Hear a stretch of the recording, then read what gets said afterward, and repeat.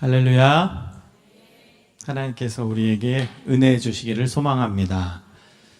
가정 안에서 우리는 신앙교사입니다. 여러분 믿으십니까?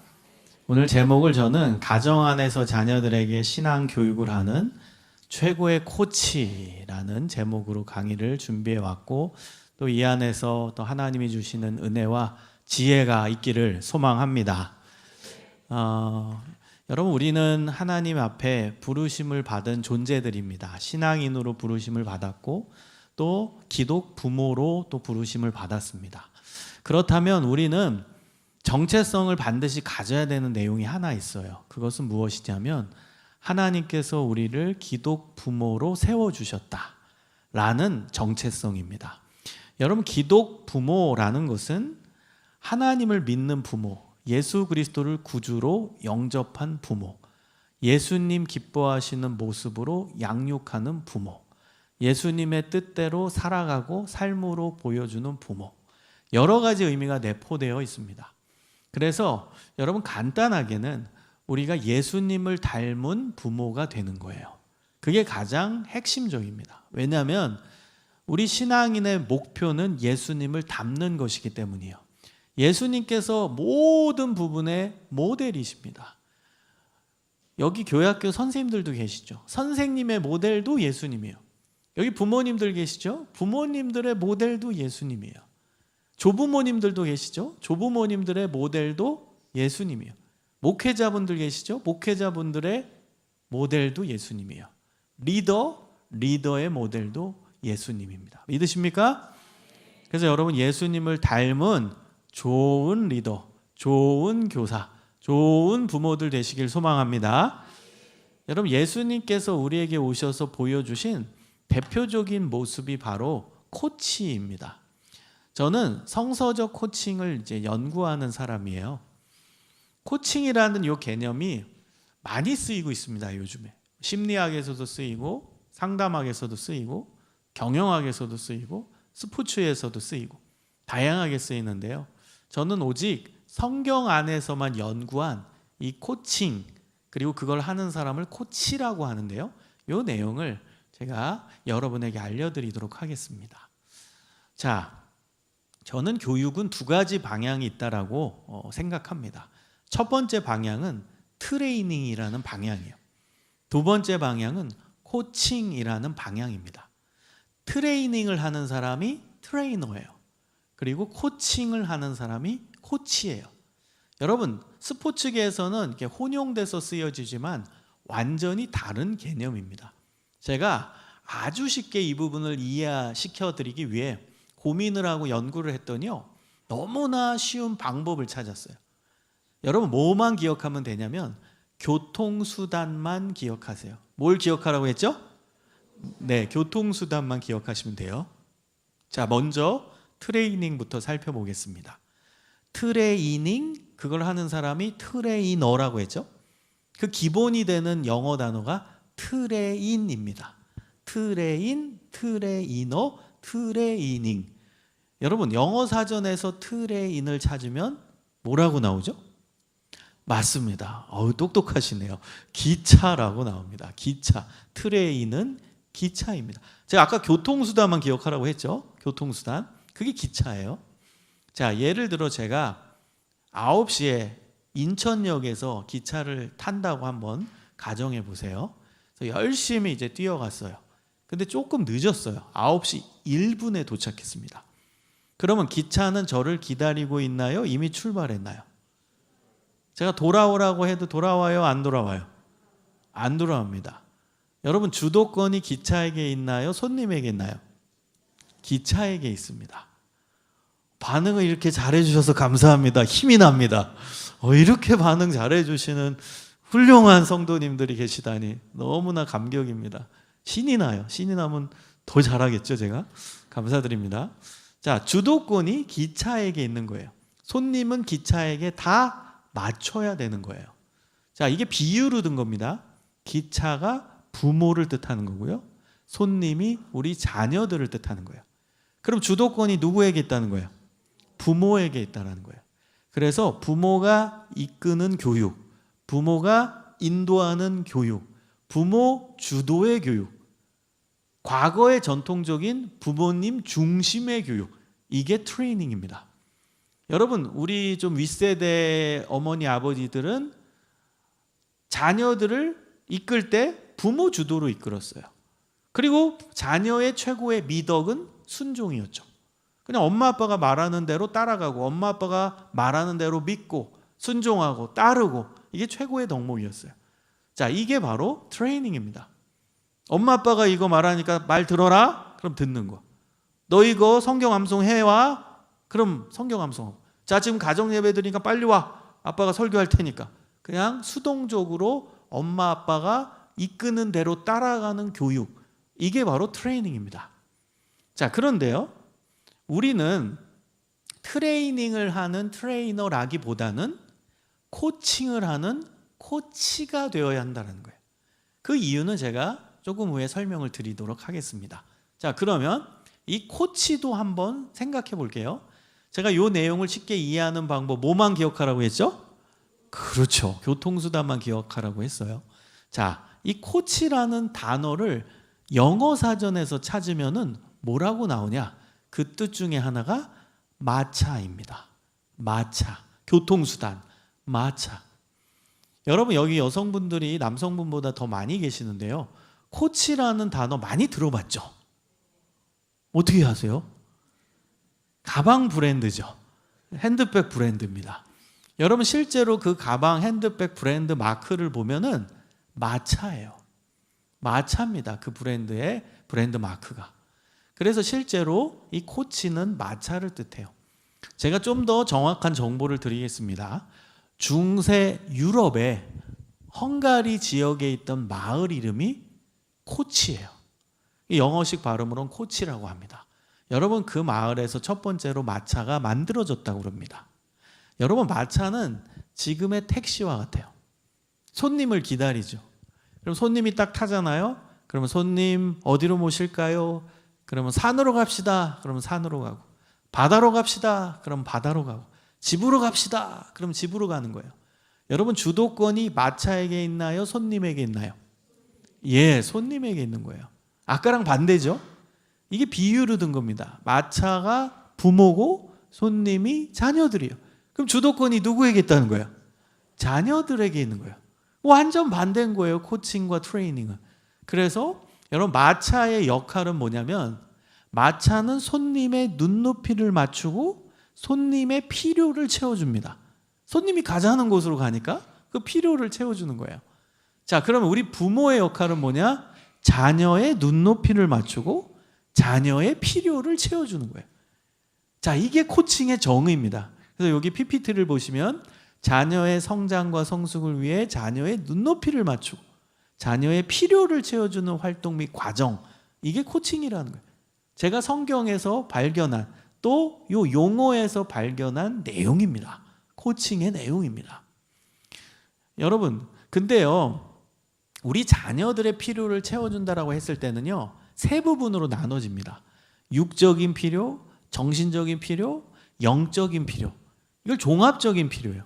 물론 이것은 여러분 인간의 필요죠. 우리 인간은 다 육적인, 정신적인, 영적인 필요를 요청하고 있어요. 근데 우리 애들은 자라나기 때문에 더더욱 필요로 한다라는 거예요. 여러분, 여기 부모님들이 육적인 필요를 채워주기 위해 부단히 노력하실 거예요. 애들 배고프면 먹을 거 해주시죠. 맛있는 거 사주시죠. 학원 가야 되면 어렵게 학원비 대주시죠. 자, 이게 육적인 필요를 채워주는 거예요. 아이들의 삶에서 필요한 물질적인 것을 채워주는 거, 이게 육적인 필요입니다.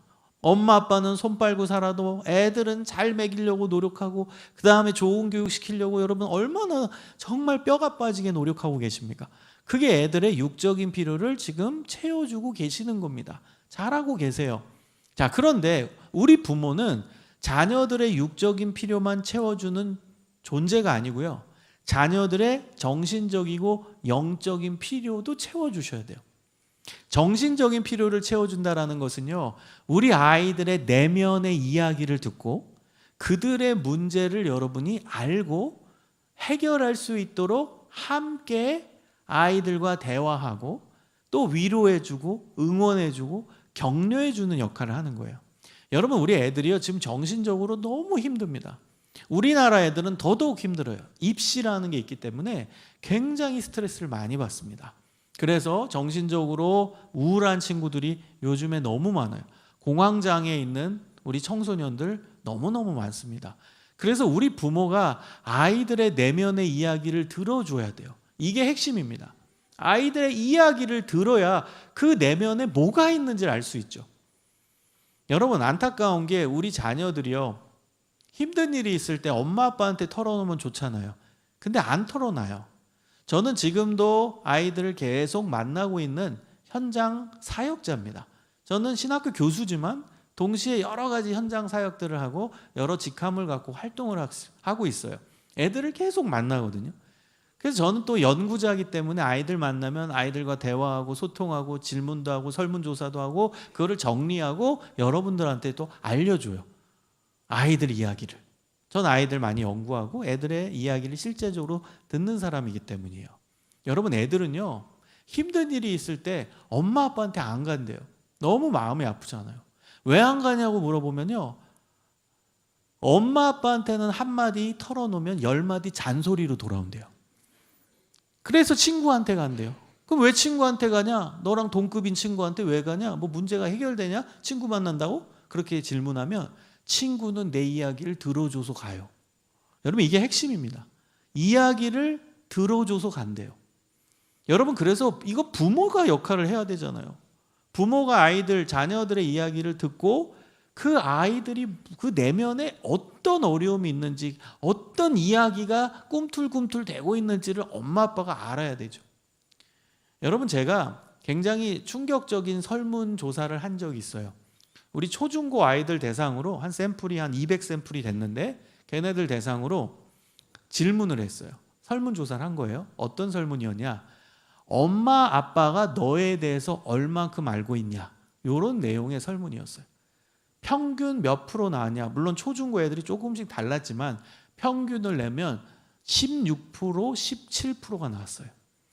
엄마 아빠가 나에 대해 고작 16% 정도만 안 돼요. 100% 중에. 여러분, 충격받으셔야 돼요. 여러분 자녀들이 하는 말이에요. 엄마 아빠는 나를 16%밖에 몰라. 그럼 나머지 퍼센트는 모른다라는 거예요. 여러분, 재밌는 연구예요. 똑같은 설문을 부모 대상으로 했어요. 얼만큼 자녀들을 알고 계십니까? 몇 프로 나왔게요? 평균 83% 나왔습니다.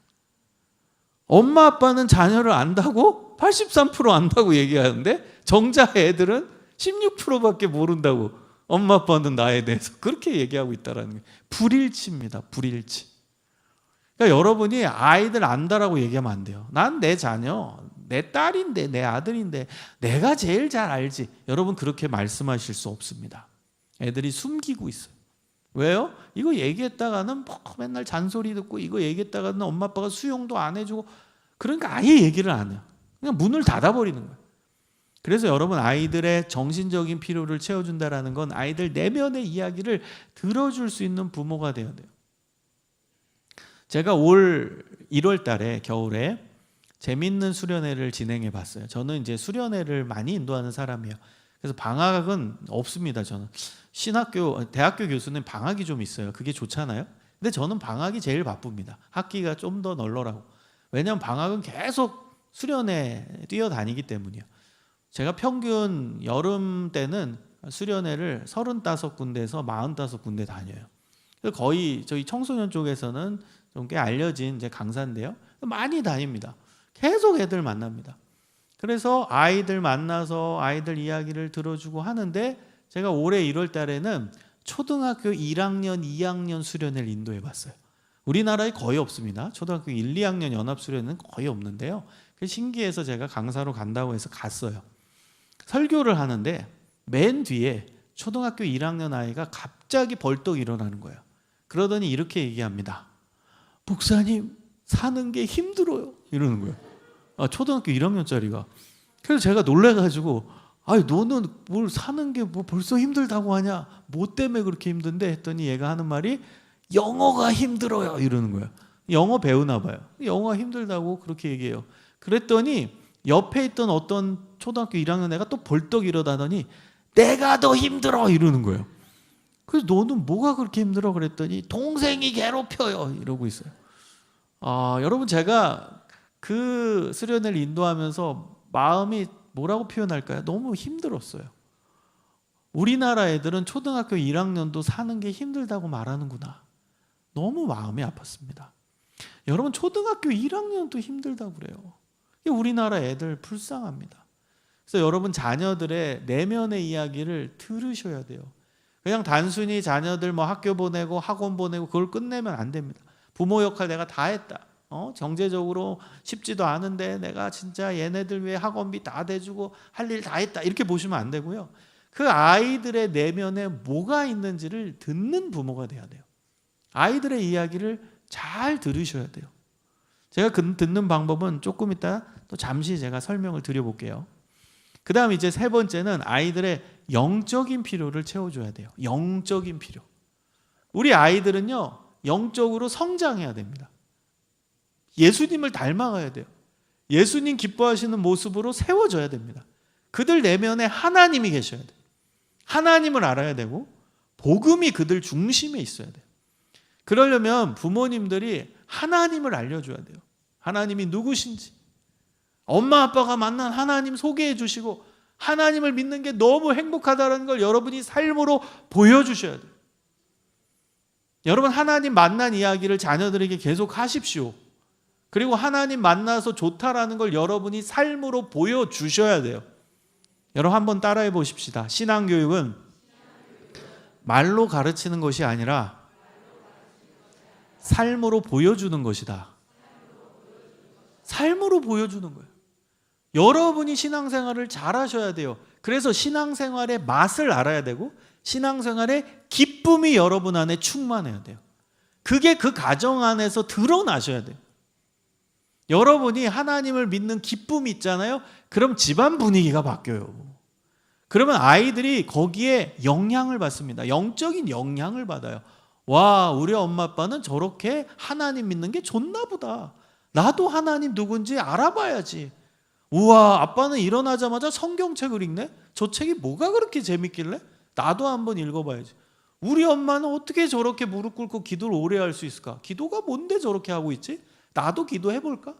여러분, 영향을 받습니다.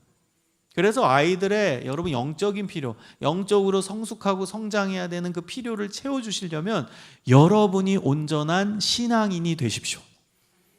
바른 신앙인이 돼야 돼요. 부모는요, 바른 신앙인이 돼야 돼요.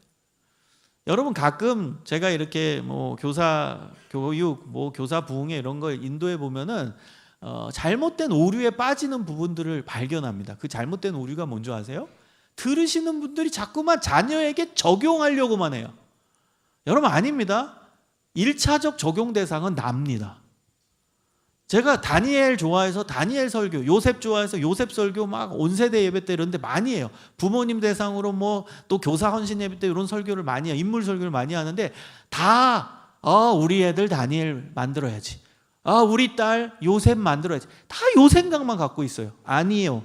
제일 먼저는 부모인 여러분이 다니엘이 되는 거예요. 부모인 여러분이 요셉이 되는 거예요. 부모님이 여러분이 먼저 에스더 되고 한나가 되시는 거예요. 여러분이 먼저 적용되어야 돼요. 바른 신앙인, 온전한 예배자, 그 다음 복음 안에서 살아있는 신앙인, 여러분이 되시길 소망합니다. 그럴 때 여러분이 가정 안에서 그 신앙적인 영향을 아이들에게 줄 수 있어요. 그게 드러납니다. 자연스럽게 드러나요. 그래서 여러분, 아이들한테 신앙교육에 관련돼서 막 잔소리 너무 많이 하지 마세요. 뭐 기도해라, 기도해라. 야, 일어나서 좀 말씀 좀 봐라. 막 인상 쓰면서 하지 마세요. 엄마 아빠가 정말 기도 즐겁게 하고 그 다음에 성경 읽는 게 너무 행복한 시편 119편 103절에 주의 말씀의 맛이 어찌 내게 그리 단지요 내 입에 꿀보다 더 다니다. 여러분이 정말 그렇게 말씀 읽는 게 너무 행복하고 꿀보다 달다면 그게 아이들한테 영향이 반드시 갑니다. 반드시 가요. 그래서 여러분이 막 잔소리해서 성경 읽어라, 뭐 기도해라 안 해도 돼요. 엄마 아빠가 기도를 즐기고 말씀 읽는 행복을 보여주시면 애들은 자동으로 자기들도 기도하게 돼요. 해보세요. 그래서 여러분, 우리 한 분 한 분 여기 계신 분들이 기쁨으로 신앙생활 할 수 있는 행복한 신앙인들 되시길 소망합니다. 그래서 우리들은 자녀들의 육적인 필요, 정신적인 필요, 영적인 필요를 채워주셔야 돼요. 그리고 여러분 이제 두 번째 줄에 나오는 우리가 6가지 정도의 역할을 할 수 있어야 됩니다. 6가지 역할. 여러분이 6가지 역할을 외우시면 좋겠습니다. 자, 첫 번째 역할은 교사 역할이에요. 교사 역할. 교사는 어떤 역할을 가정 안에서 하냐면 성경의 정보와 지식을 전달하는 역할을 하는 거예요. 말씀의 정보와 지식을 아이들한테 전달하는 역할을 하는 거예요. 그러려면 어떻게 해야 되냐? 여러분이 말씀을 사랑해야 돼요. 저는 부모님들이 성경을 사랑했으면 좋겠어요. 성경을 사랑하고 성경을 읽고 성경을 묵상하고 성경을 암송하고 성경을 배우고, 그래서 그 말씀 배운 것들을 아이들에게 꾸준하게 여러분 적용할 수 있는 부모님들이 되어주셨으면 좋겠습니다. 여러분 하나라도 하십시오. 제가 문구를 만든다면 이렇게 만들고 싶어요. 신앙 훈련 하나라도 하십시오. 여러분 교육은 특징이 뭔지 아세요? 지속성입니다. 예를 들어 볼게요. 여러분이 매일 성경 암송을 한 구절씩 자녀들과 함께 외운다라고 해보세요. 간단할 수 있어요. 성경 암송 여러분 빠르면 뭐 완벽하게 외우지 않아도 짧은 성경 구절은 5분이면 외워요. 읽고 한 번 더 읽고 한 3번 4번 읽고 그러면 이제 외워요. 여러분 그 짧은 시간 5분을 하루에 낸다? 그거를 1년, 2년, 3년, 5년, 10년 쌓아보십시오. 그게 능력입니다. 여러분 하나라도 말씀과 관련된 성경의 지식과 정보와 관련된 하나라도 루틴한 습관, 거룩한 습관을 만드세요. 거룩한 습관을 만드세요. 꾸준하게 하는 게 능력이에요. 어떤 분들은요, 막 가정 예배를 드리는데 막 한 달에 한 번 드리는데 막 3시간 드린다고 그래요. 여러분 안 해도 돼요. 꾸준함이 능력이에요. 하루에 5분 하더라도 꾸준히 매일 하는 게 훨씬 더 교육적이에요. 교육은 지속성입니다. 여러분 저는 너무 바빠요. 저도 뭐 거의 뭐 맨날 밤에 들어가고 하지만 저희 딸이랑 저랑 지금까지 하고 있는 게 있어요. 성경 암송입니다. 얘가 이제 거의 말하기 시작할 때부터 성경 암송을 했고 제가 매일 밤에 그리고 성경 암송 하나씩을 같이 외웁니다. 여러분 핵심이에요. 같이 해야 돼요. 엄마 아빠는 빠진 채 너 외워라. 이 구절 외워봐. 아니에요. 같이 하는 거예요. 엄마도 외우고 아빠도 외우고 아이도 외우고. 그래가지고 지금 우리 아이가 이제 대학생인데 지금까지 하고 있어요. 얘 늦게 들어옵니다. 그 다음 우리 애가 바이올린을 해요. 음악을 전공하기 때문에 늦게 와요. 막 12시 올 때도 있고요. 음악실, 연습실 가서 새벽 1시에 들어올 때도. 저 기다려요. 이거 하려고 성경 암송. 저도 힘들어요. 그래서 자고 싶어요.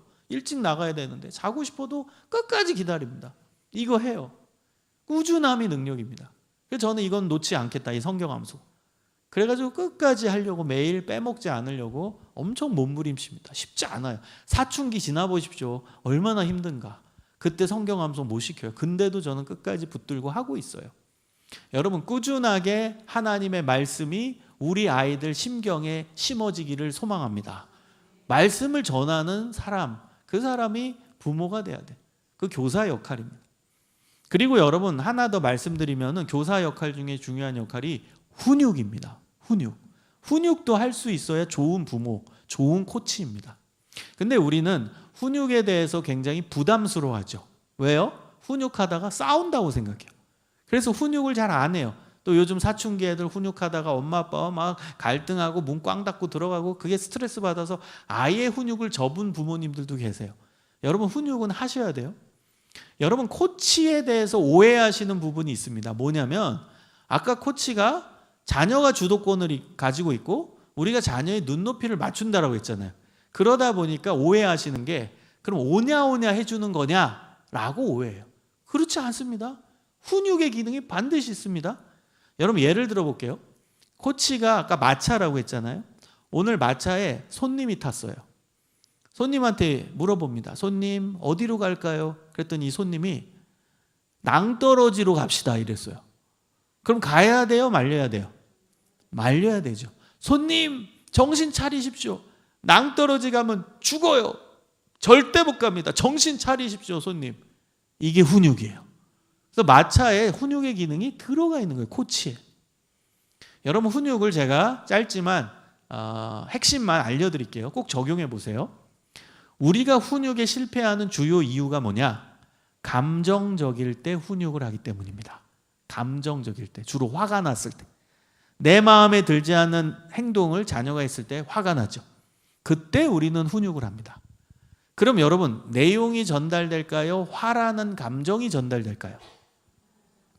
화라는 감정만 전달됩니다. 애들한테는 내용이 안 들려요. 특히 사춘기 넘어가면서부터는요, 이제 자기 머리도 커졌고 자기 의지도 강해졌기 때문에 가만히 안 들어요. 반발하죠.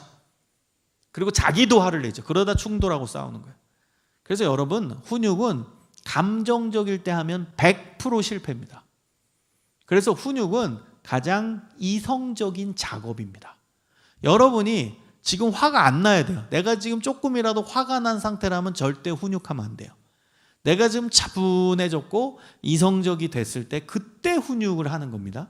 그럼 훈육이 뭐냐면 무엇을 잘못했는지를 최대한 차분하게 설명해 주고 바른 길로 돌아올 수 있도록 논리적으로 설득하는 작업, 이게 훈육이에요.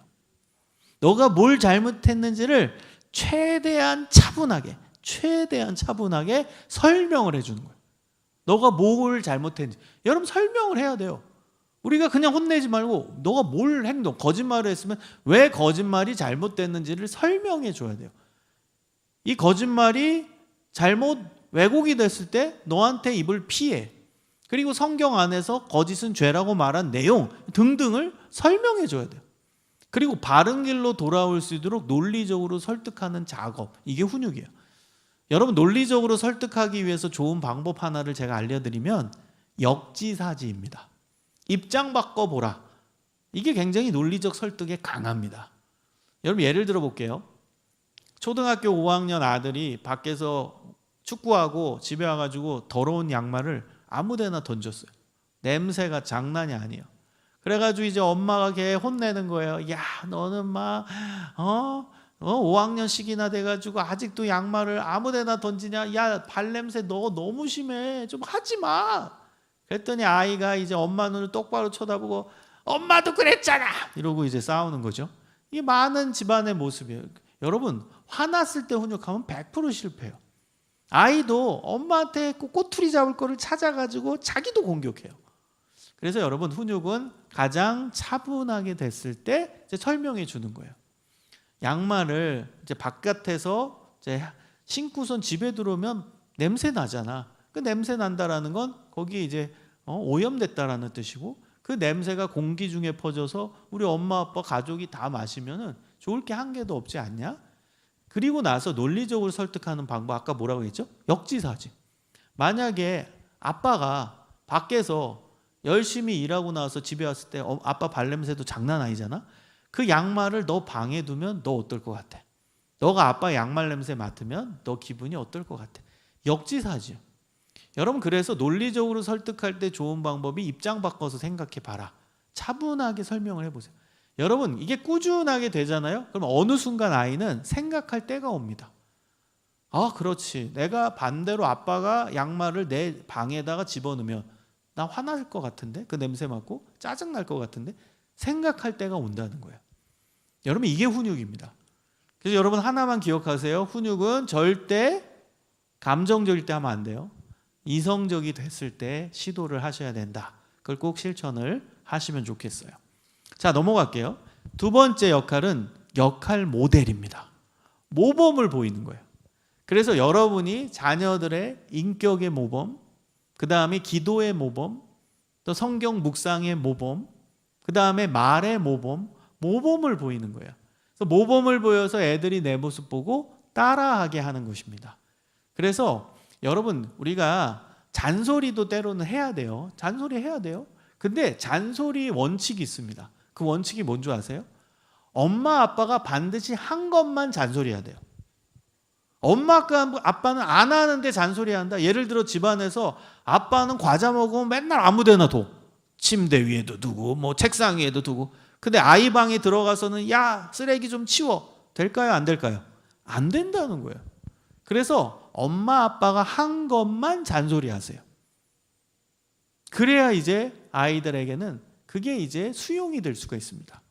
그래서 역할 모델은 여러분이 모범을 보이고 그 기준 안에서 잔소리도 하고 그 기준 안에서 아이들 바른 길로 돌아올 수 있도록 이야기를 할 수 있는 역할을 하는 겁니다. 자, 그 다음은 지원자입니다.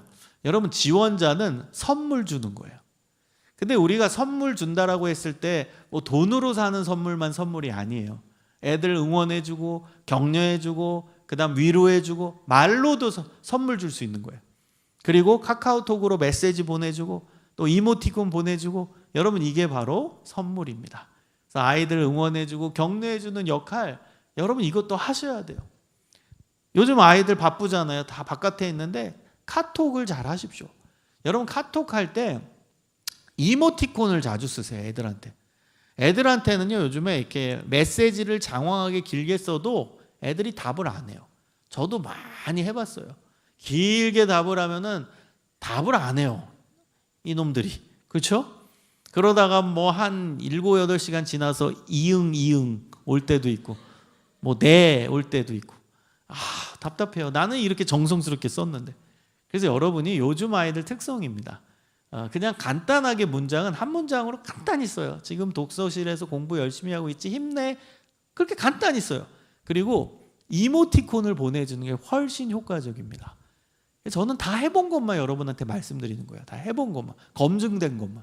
근데 이모티콘을요 이렇게 눈웃음 이런 건 별로 효과가 없어요. 눈웃음, 유료 이모티콘이 효과가 있습니다. 유료 이모티콘이. 그래서 최신 유료 이모티콘을 좀 활용을 하시는 게 도움이 됩니다. 그래서 좀 이렇게 메시지로서도 애들을 응원해주고 격려해줄 수 있는 부모가 됐으면 좋겠어요. 자, 그 다음 네 번째는 상담자입니다. 상담자는 아까 뭐라고 했죠? 이야기를 듣는 역할을 하는 거예요. 제가 정의하는 상담은 영어로 아트 오브 리스닝입니다. 듣는 예술. 제가 정의하는 상담입니다. 듣는 예술이 상담이에요. 상담은 말하는 예술이 아닙니다. 듣는 예술입니다. 잘 들어주세요. 그리고 여러분이 하셔야 될 거 하나만 말씀드릴게요. 저는 교육학자지만 상담사이기도 합니다. 제가 상담 자격증들을 다 갖고 있거든요. 그래서 상담사이기도 한데요. 상담에 있어서 제가 생각하는 가장 효과적이고 또 가장 쉬운 방법 한 개만 알려드릴게요. 그건 뭐냐? 공감적 반응을 잘해주는 거예요. 공감이라는 건 상대방의 상황과 감정을 내 것으로 만드는 거거든요. 그때 반응하는 게 공감적 반응이에요. 그럼 이거 하는 방법은 뭐냐면, 우리 아이가 지금 어떤 감정을 표현하고 있는지를 여러분이 읽어요. 파악하는 거예요. 그리고 똑같이 그 감정을 표현해 주는 거예요. 이게 공감적 반응입니다. 예를 들어 볼게요. 중학교 1학년 아들이 집에 왔어요. 그리고 얘기합니다. 엄마, 옆반 애가 나 괴롭혔어. 진짜 짜증나. 여러분, 이 아들은 어떤 감정을 표현했죠? 짜증을 표현했어요. 그러면 엄마가 듣고 똑같이 그 짜증을 내는 거예요. 아들한테 짜증 내라는 게 아니고 아들이 짜증낸 대상에게 똑같이 짜증 내주는 거예요. 야, 진짜야? 야, 옆반 애 누군데? 아니, 요즘에도 그렇게 뭐 애들 괴롭히는 애가 있어? 걔 누구야? 와, 진짜 엄마 얘기만 들어도 짜증난다. 걔 누구냐고. 여러분, 이렇게 우리 아들이 짜증난 대상에게 똑같이 짜증을 내면 어떤 일이 일어나냐? 우리 아들의 입장에선 엄마는 내 편이다, 이렇게 느껴요. 여러분, 엄마를 내 편으로 느꼈는데 그 다음 관계는 말할 것도 없죠. 그래서 이 공감적 반응만 여러분 잘해 주시면 정말 좋은 상담사 됩니다. 딴 거 여러분 어렵지 않아요. 공감적 반응만 잘해 주면 돼요. 여러분, 이거는요 뭐 부부관계도 해당되고 다른 관계도 마찬가지예요. 예를 들어서 이제 남편이 밤에 집에 들어왔어요. 그러고 나서 그 부장 그놈 때문에 진짜 내가 진짜 머리가 지끈지끈 아파. 회사에서 부장 그놈 때문에 내가 얼마나 괴롭힘 당하는데 아내한테 그랬어요. 그랬더니 당신이 뭐 잘못한 거 아니야? 부장님한테 그렇게 말하면 안 되지 라고 하면 어떻게 될까요? 부부싸움이 일어나죠. 그런데 그렇게 얘기했는데 아내가 똑같이 와, 부장 걔 누구야? 와, 진짜 짜증나. 걔 내 눈앞에 데리고 와. 진짜 말만 들어도 진짜 짜증나네. 그 부장 누구냐고. 그러면 남편은 완전 힘을 얻습니다. 왜? 아내가 내 편이다, 이렇게 느끼거든. 그래서 이 공감적 반응이라는 게 굉장히 중요합니다. 상담에서 내 편으로 느끼게 만드는 거예요. 그래서 여러분 잘 듣고 그 다음에 공감적 반응만 잘 해주신다면 여러분 정말 자녀 관계 의외로 쉽게 풀립니다. 그래서 여러분이 지금 자녀와 좀 갈등하고 있거나 대화가 안 되면은 분명히 그 중심에 문제가 있는 거예요. 그러려면 그 실타래를 풀어야 되는데 그건 누가 풀어요? 부모가 풀어야죠. 근데 대부분 갈등은 대화에서 오는 거예요. 대화. 그래서 대화를 여러분이 분석해야 돼요. 대화 가운데서 아이들 마음문을 닫게 한 게 나는 없는가? 나는 주로 애들한테 잔소리만 하고 있는 거 아닐까? 아이들 공감을 나는 전혀 안 해주는 거 아닐까? 공감적 반응을 안 해주는 거 아닐까? 주로 듣기보다는 내가 주로 말하고 있진 않은가? 여러분 이 등등 몇 가지만 체크하면 답이 나옵니다. 잘 들어주세요. 그게 상담사입니다. 그리고 공감해서 반응해 주세요. 그리고 아이들 응원해 주세요. 그게 이제 상담사의 역할입니다. 자, 그 다음 5번째입니다. 5번째 코치의 역할은 친구가 되는 거예요. 친구. 여러분 친구는 같이 노는 겁니다. 멋진 부모는 자녀들의 친구가 되어주는 부모입니다. 같이 노세요. 지금 유치부 애들을 키운다? 그럼 여러분 유치부 애가 같이 논다라는 거 그 눈높이 똑같이 맞추는 거예요. 애가 지금 로봇 갖고 놀아요? 그럼 아빠도 같이 로봇 갖고 놀아요. 그 다음에 엄마가 인형 갖고서는 애랑 같이 야 인형 갖고 왔다 같이 놀자. 그게 친구예요. 청소년 되면 애가 뭐 게임하죠? 그러면 아빠도 좀 같이 해보자. 같이 노는 거예요. 운동하면 같이 나도 농구 한번 하자. 여러분 이게 친구입니다.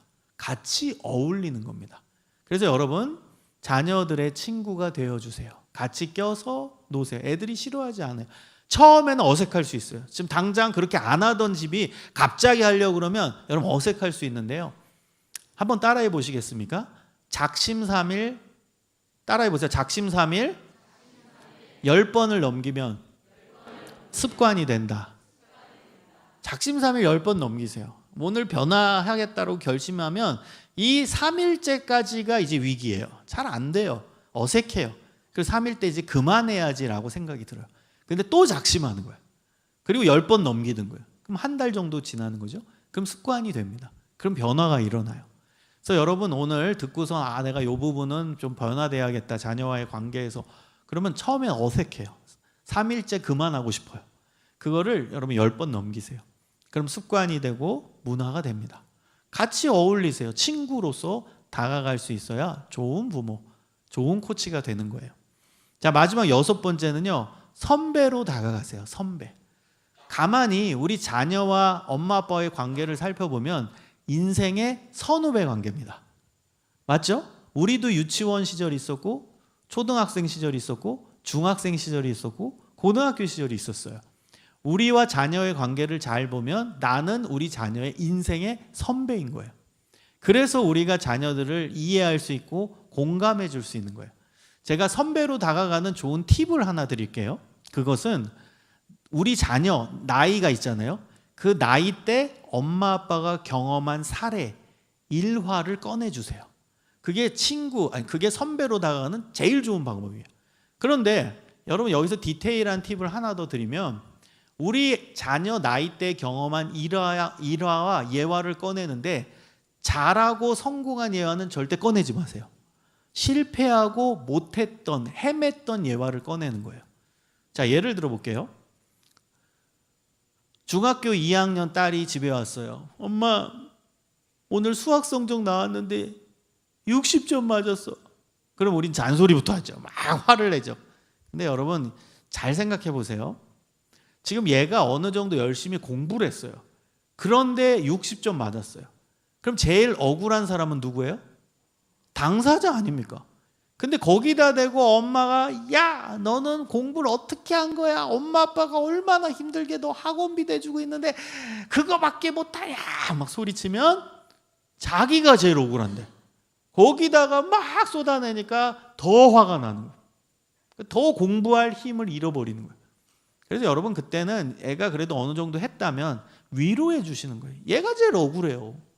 그래서 아이고 괜찮아 너 열심히 한 거 아는데 점수가 안 나와서 엄마도 속상하긴 해. 우리 다음에 잘하자. 응원해주고 위로해주면 돼요. 그 다음 선배로 다가가는 좋은 팁이 뭐라고 했죠? 우리 아이 나이 때 경험한 예화 일화를 꺼내주는 거예요. 근데 못하고 실패하고 헤맸던 예화입니다. 근데 너가 60점 받아오니까 엄마 옛날 생각이 난다. 솔직하게 하나 얘기하면 엄마가 중2쯤인가? 그때 중간고사를 봤는데 답안이 밀렸어. 너 60점 맞았지? 엄마 그때 20점 받았다? 그래서 우리 할머니한테 죽을 뻔했어. 너 할머니 무서운 거 알잖아. 여러분, 이렇게 말할 수 있는 엄마라면 최고의 엄마입니다. 여러분, 애가 그 엄마 얘기를 듣고 엄마 무시할까요? 절대 그렇지 않습니다. 와, 우리 엄마 참 대단하다. 자기 약점을 이렇게 오픈할 수 있는 사람이구나. 훨씬 좋아합니다. 그리고 우리 엄마한테 내가 위로를 받고 엄마가 내 인생의 선배구나. 엄마도 중2 시절이 있었고 성적 떨어졌을 때가 있구나. 내 인생의 선배구나. 그렇게 느낀다는 거예요. 여러분, 잘했던 거, 성공했던 건 하지 말라고 했어요.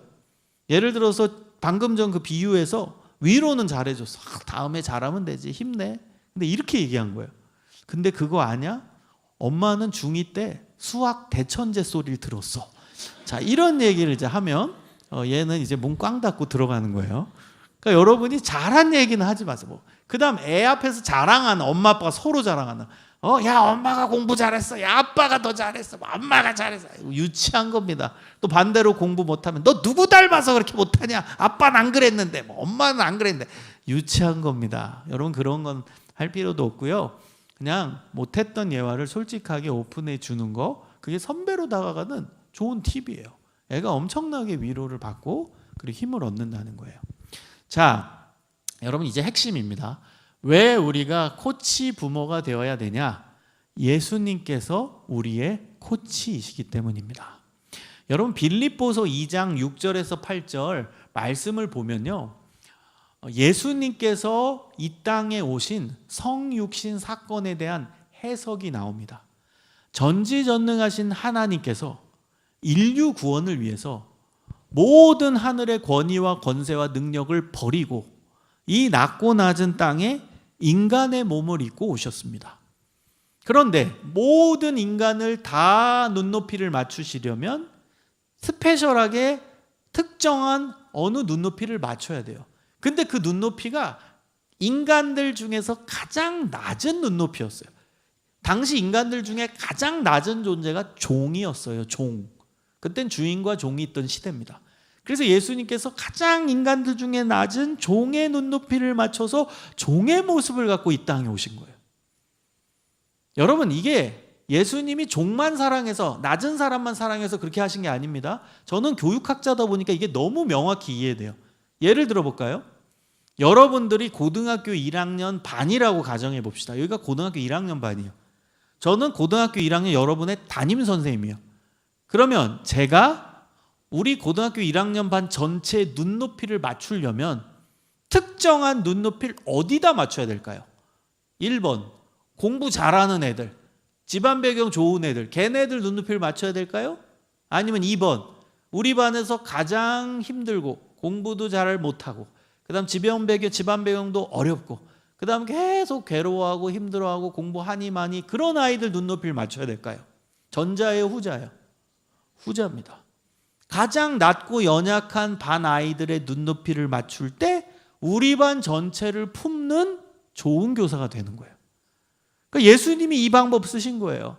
인류 공동체 중에 가장 낮고 연약한 존재가 당시 종이었거든. 그래서 종의 눈높이를 맞춤으로 말미암아 모든 인류의 눈높이를 다 맞추고 모든 인류를 품은 좋은 리더, 좋은 교사 되신 겁니다. 그래서 예수님께서는 요 코칭의 정의대로 사역하셨어요. 인간의 성장과 성숙을 위해 인간의 눈높이를 맞추기 위해 인간의 모습을 가지고 오셨고 인간의 육적인, 정신적인, 영적인 필요를 예수님은 채워주셨어요. 갈릴리 지역의 가난한 자들에게 먹을 거 주셨죠. 병든 자들 고치시면서 인간의 육적인 필요를 채워주셨어요. 그리고 예수님은 정신적으로 힘든 사람 위로해주고 격려해주고 응원해주시는 인간의 정신적 필요를 채워주셨어요. 그리고 예수님은 하나님의 말씀을 가르치시고 천국 복음을 증거하시면서 인간의 영적인 필요를 채워주셨어요. 이 정의대로 예수님 사역하셨죠. 그다음 우리가 방금 전에 살펴봤던 6가지 역할도 예수님은 다 하셨습니다. 예수님은 말씀의 정보와 지식을 제자들에게 그리고 많은 회중들에게 또 유대 지도층 인사들에게 전달하는 교사셨어요.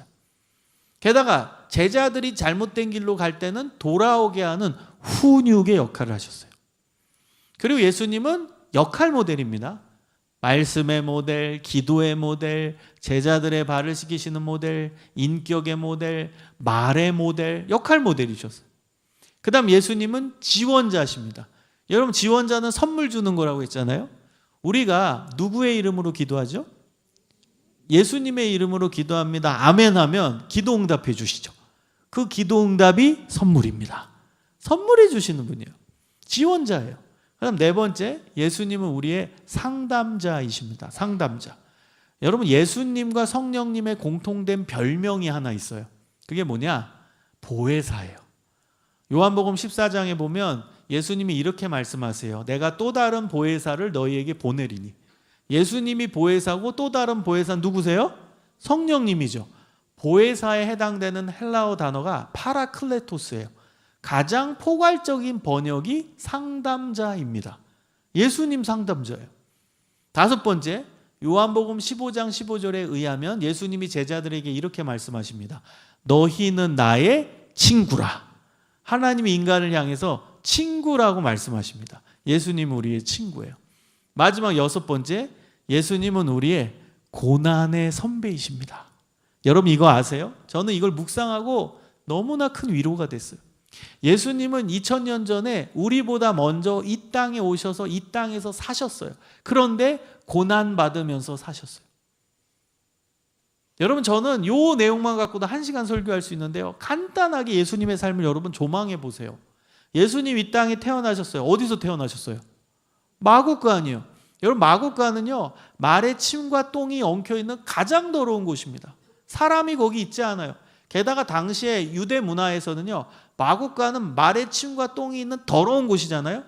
이걸 영적으로도 오염된 곳으로 봤어요. 이 순수 유대인들은요, 물리적으로 더러운 공간은 영적으로도 더럽혀졌다고 생각해요. 그래서 순수 유대인들은 그 마국간에 안 들어옵니다. 오염됐다고. 근데 그곳에 우리의 구주 되신 예수님이 태어나셨어요. 벌써 영적인 의미가 있죠. 예수님이 이 땅에 오신 건 죄를 사하시기 위해 그 더러운 공간에 태어나시면서부터 본인의 사역을 드러내신 거예요. 본인의 사명을 드러내신 거예요.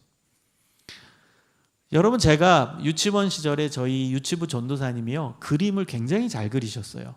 그래서 항상 설교 시간에 그림 자료를 보여주셨는데요. 마국간 그림도 한번 가져오신 적이 있어요. 근데 제가 지금도 눈만 감으면 그 그림이 떠올랐어요. 어떻게 그리셨냐? 너무 잘 그리신 거예요. 마국간이 너무 아름답게 묘사되어 있었어요. 말은 만화 캐릭터였고요. 그 다음에 지푸라기가 따뜻하게 깔려 있고, 그 다음에 어떻게 황금색으로 그렇게 표현을 하셨는지 그냥 마국간 전체가 찬란한 빛이 나는 그런 마국간이었어요. 그래서 저는 어린 시절에 그 전도사님의 그림 자료를 보면서 설교 들으면서 아, 마국간은 좋은 곳이구나. 마국간은 저렇게 낭만적인 곳이구나. 저 말들은 어떻게 저렇게 예쁜 만화 캐릭터인지, 그런 예쁜 애들이 예수님 태어날 때 있었구나 착각했어요. 여러분, 마국간의 현실은 그런 곳이 아닙니다. 마국간은 말의 침과 똥이 엉켜있는 가장 더러운 곳입니다.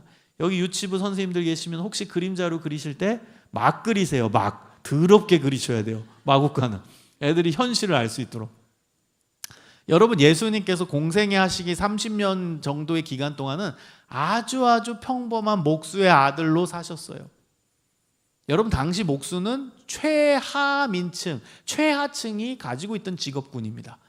예수님 집안이 어마어마하게 찢어지게 가난했다는 뜻이겠죠. 평범 이하로 사신 분이 예수님. 그분은 경제적 고통도 아시는 분이에요. 게다가 예수님 여러분 사역하실 때 보세요. 예수님 제자들 상태 안 좋죠? 뭐 똑똑한 제자가 있나요? 그 말 안 듣고 예수님 사역 이해 못하는 제자들로만 구성되어 있잖아요. 그게 얼마나 힘든데요. 같이 일하는 사람이 손발이 안 맞아. 얼마나 힘든데요. 그 다음에 예수님은 머리 둘 곳조차 없으셨다. 가장 청빈한 삶. 예수님이 제자들 파송할 때 이렇게 말씀하셨어요. 두 벌 옷을 가지지 말라. 무슨 말이에요? 본인 한 벌 옷 입고 사셨다는 거예요. 여러분, 예수님 단벌 신사였어요. 그 예수님 옷이 어떻을 것 같아요? 예수님 그 광야지대 다니면서 모래바람 맞고 그다음 돌뿌리에 걸려서 옷이 헤어지고 막 그 옷이 너덜너덜했을 거예요. 예수님 옷이 한 벌 옷이에요. 그 빨기나 했겠어요? 집도 없는데 그냥 시커맸을 거예요. 때국물이 막 잘잘잘 흘렀을지 몰라요. 예수님 뭐 목욕을 제대로 하셨겠어요? 세수를 제대로 하셨겠어요? 예수님 모습 상상해 보세요. 여러분, 가장 최하층의 삶을 예수님 사신 거예요. 그래서 우리가 이 땅에 살면서 경험하는 그 어려움을 다 예수님 미리 경험하셨어요. 인간관계가 끊어지는 고통 예수님도 다 당하셨어요. 친족들이 예수님 미쳤다고 합니다. 여러분, 인간관계가 가족 간의 관계가 끊어지는 고통도 예수님이 경험하셨어요. 마지막 십자가 달리실 때는 인간이 느끼는 최악의 고통을 경험하시잖아요. 그래서 예수님은 우리의 고난의 선배가 되어 주십니다. 여러분, 힘드실 때 예수님을 찾으십시오. 예수님은 2000년 전에 이 땅에 우리보다 먼저 인간의 몸으로 오셔서 우리가 지금 경험하는 고난을 다 미리 경험하세요. 그래서 우리 마음을 누구보다 잘 알고 계시고 우리를 누구보다도 따뜻하게 공감하시는 분이심을 믿습니다. 그래서 예수님은 최고의 선배예요. 우리의 고난의 선배이십니다. 자, 여러분 어때요? 예수님 코치 맞죠? 예수님 최고의 코치가 되어주십니다. 그래서 우리는 예수님을 닮아서 최고의 코치 부모가 되어야 될 줄 믿습니다. 여러분, 자녀들에게 좋은 코치 되어주시기를 소망합니다. 자, 여러분 너무 잘 들어주셔서 감사드리고요. 제가 요 팁을 좀 몇 개 드릴게요. 가정 안에서 좀 신앙교육하는 이제 방법들을 제가 정리를 해보는 건데요. 사실 이거를 세부적으로 세세하게 하려면 요 하나의 표가 5시간 강의예요. 그래서 그렇게 뭐 할까요? 새벽까지? 그래서 요거를 이렇게 세부적으로 하기는 어렵고요. 그냥 간단하게만 가정 안에서 이렇게 다양하게 신앙교육을 할 수 있다라는 점만 좀 보여드리도록 하겠습니다. 우리가 신앙교육을 가정 안에서 어떻게 하냐 막 고민이 많아요. 근데 중요한 건 방법입니다. 방법. 내용은 성경이죠. 내용은 성경적 내용인데 그걸 어떻게 애들 눈높이에 맞냐? 이 방법을 알아야 되는 거거든요. 그래서 이렇게 다양한 방법이 있을 수 있다는 거예요.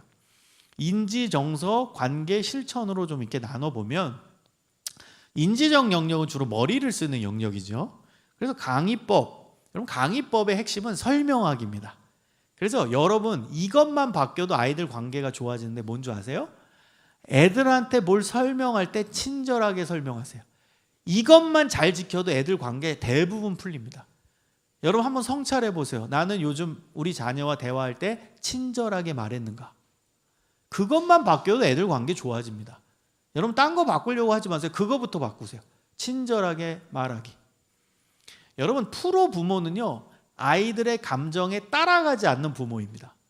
인간은 이 감정이 전이 되는 존재예요. 그래서 아이가 인상 쓰고 있고 막 화내고 있으면 나도 똑같이 인상 쓰고 나도 똑같이 화가 나는 건 맞지만 프로 부모는 아이들 감정에 따라가지 않는 거예요.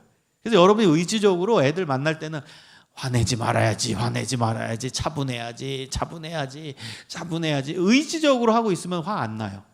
사람이 이성적으로 나 화내지 말아야지 이거를 기억만 하고 있으면 애랑 이야기해도 화가 안 나요. 근데 내가 그걸 놓치면 나도 감정이 따라가서 화나게 돼요. 그래서 여러분 아이와 아이의 감정 상태와 관계없이 나는 차분하게 친절하게 애들한테 설명해 줄 수 있는 힘이 있어야 돼요. 성경의 내용을 차분히 설명해 주는 거예요. 야, 믿음이 뭔 줄 알아? 믿음은 받아들이는 거야. 예수님이 나의 죄를 씻어주신 것을 받아들이고 예수님이 나의 구원자임을 받아들이는 게 믿음이야. 설명을 차분하게 해줄 수 있는 부모가 됐으면 좋겠어요. 여러분 아이가 뭐 딴짓하고 안 들어오면 화가 나죠. 화내지 마세요. 여러분 애들이 뭐 안 듣는 것 같아도 들어요. 우리 애들의 특징이에요. 여러분 저도 우리 딸이랑 할 때 뭐 제가 목사 딸이라고 뭐 걔가 뭐 맨날 이렇게 해피하게 또 아빠 말 들으면서 했겠어요. 막 인상 쓰고 안 한다고 눈 감고 내가 그냥 눈 감고 있는데도 옆에서 그냥 말씀 외우자. 안 외우고 있으면 나 혼자 외우고 너 외웠지? 말 안 해요. 그럼 나 아빠가 대신 외울게. 이러고도 넘어가요. 걔 다 듣고 있어요. 그래서 여러분 아이들 다 듣고 있으니까 친절하게 최대한 차분하게 설명해 주기에 노력을 하시는 게 좋아요. 자, 그 다음에 저학년 아이들 같은 경우는 여러분 뭘 얘기할 때 뭐 성경 이야기를 하든 무슨 이야기를 하든 결론을 꼭 내주셔야 돼요. 초등학교 이하의 아이들의 특징입니다. 초등학교 조금 더 이 교육 심리학적으로 얘기하면 초등학교 한 2학년 정도 이하 아이들, 그러니까 초등학교 2학년, 초등학교 1학년 유치원 애들, 얘네들은요 아직 뇌가 덜 발달돼 있어요. 그래서 여러분이 만약에 무슨 성경 이야기를 30분 한다 쭉 하면 그리고 끝나잖아요. 그럼 바로 잊어버려요. 그런데 한 25분 정도 설명하고 나머지 5분을 요약, 그 다음 정리, 그 다음 결론을 내면요 얘네들이 장기 기억 장치에 들어간대요. 그래서 이거는 이제 교육학적으로 연구가 된 내용이기 때문에 여러분이 특히 저학년 아이들 지금 신앙 양육하거나 가르칠 때는 꼭 정리하는 시간, 요약하고 결론을 내는 시간을 꼭 가지시는 게 좋다는 거예요. 자, 그 다음은 스토리텔링도 집안에서 해보시면 굉장히 재밌어요. 스토리텔링은 성경 안에 이제 다양한 이제 성경적 내용이 있잖아요. 스토리들이 있잖아요. 인물 중심으로 스토리가 펼쳐지거든요. 뭐 창세기 같으면은 아브라함, 이삭, 야곱, 요셉, 출애굽기, 모세, 뭐 아론, 미리암 뭐 등등. 그다음 여호수아는 여호수아, 그다음 사사는 여러 사사기엔 사사들이 나오고 그 인물 중심으로 여러 이야기들이 펼쳐지는 걸 아이한테 전달해 주는 게 스토리텔링이에요. 굉장히 좋은 방법입니다. 근데 스토리텔링의 기법을 좀 쉽게 분석을 해서 말씀을 드리면은 목소리를 바꾸는 게 굉장히 중요합니다. 그래서 제가 옆에 동화구연식이라고 표현한 게 이제 등장인물이 있고 등장인물이 말을 해요. 그 말을 연기할 수 있어야 그게 효과가 있다라는 거예요. 그래서 아주 쉽게 여러분이 기억할 수 있게 제가 이 표현을 하면 음성 변조를 잘 하세요. 그럼 돼요. 음성 변조. 여러분 이게 쉬운 게 아닙니다. 예를 들어 볼게요. 요한복음 13장의 말씀을 아이한테 이야기로 하려고요. 여러분 이거는 애들도 괜찮고 청소년도 다 가능합니다. 유치하지 않아요. 여러분 리얼하게 할 수 있으면 청소년도 다 듣습니다. 요한복음 13장의 말씀 가운데서 이제 예수님이 제자들의 발을 씻겨주시는 장면을 스토리텔링 하고 싶어요. 그럼 등장인물이 예수님, 뭐 베드로, 뭐 가룟 유다 뭐 나오겠죠? 그러면 여러분 핵심이 뭐라고 했죠? 음성 변조예요. 그럼 혼자서 얘기할 때 베드로, 예수님, 가룟 유다 목소리가 다 달라야 돼요. 이거 헷갈리면 효과가 없습니다. 극적으로 해야 돼요. 그래서 여러분 연습하셔야 돼요. 예수님은 완전 중저음으로 깔고 베드로는 중음, 가룟 유다는 고음. 얘들아, 내가 오늘 너희 발을 씻어야겠다. 예수님 말씀을. 베드로가 얘기합니다. 예수님 어떻게 제 발을 씻기십니까? 내가 네 발을 씻기지 않으면 너는 나와 아무 관련이 없느니라. 예수님 그럼 제 온몸을 씻겨주세요. 아이고 이 징그러운 놈아 발만 내밀어라. 좀 재밌게. 근데 여기서 베드로가 얘기해야 되는데 네 예수님 그렇게 하겠습니다. 이러면 이제 효과가 없다라는 거예요. 그래서 여러분 연습을 하셔야 돼요. 그래서 가룟 유다 너도 오너라. 예 예수님 완전 고음으로. 왜 제 발을 씻기십니까? 인상 쓰면서 가고 있어요. 그러니까 이렇게 여러분이 좀 극적으로 좀 이렇게 음성을 바꿔야 이 스토리텔링은 효과가 있다. 시도해 보시라. 여러분 재밌습니다. 이거 유치부 애들, 뭐 아동부 애들, 심지어 여러분 중학생도 가능해요. 여러분이 리얼하게 하면은 또 재밌게 또 아이가 듣습니다.